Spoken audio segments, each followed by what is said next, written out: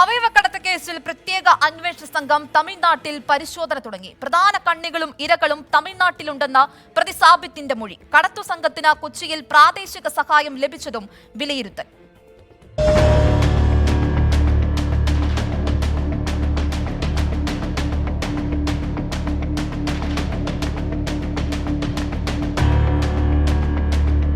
പിടിയിലായ പ്രതി സാബിത്തിന്റെ മൊഴിയുടെ അടിസ്ഥാനത്തിലാണ് തമിഴ്നാട്ടിലെ പരിശോധന. അവയവക്കടത്ത് സംഘത്തിലെ പ്രധാന ഇരകളും കണ്ണികളും ഇവിടെയുണ്ടെന്നാണ് അന്വേഷണ സംഘത്തിന്റെ വിലയിരുത്തൽ.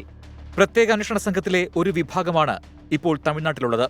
അവയവക്കടത്തിലെ പ്രധാനിയായ കൊച്ചി സ്വദേശി മധുവും സാബിത്തും ചേർന്ന് നെടുമ്പാശ്ശേരിയിലൂടെയും ആളുകളെ ഇറാനിലേക്ക് കടത്തിയെന്നാണ് വിവരം.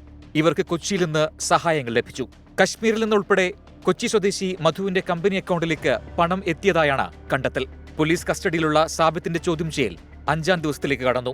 റിമാൻഡ് ചെയ്ത സജിത്തിനെ കൂടി കസ്റ്റഡിയിൽ വാങ്ങി ഒരുമിച്ചിരുത്തി ഉടൻ ചോദ്യം ചെയ്യുമെന്ന് അന്വേഷണ സംഘം വ്യക്തമാക്കി. 24 കൊച്ചി. വിധി ദിനത്തിൽ 24 മാജിക് ജൂൺ 4 ചൊവ്വാഴ്ച രാവിലെ 5 മണി മുതൽ 24-ൽ.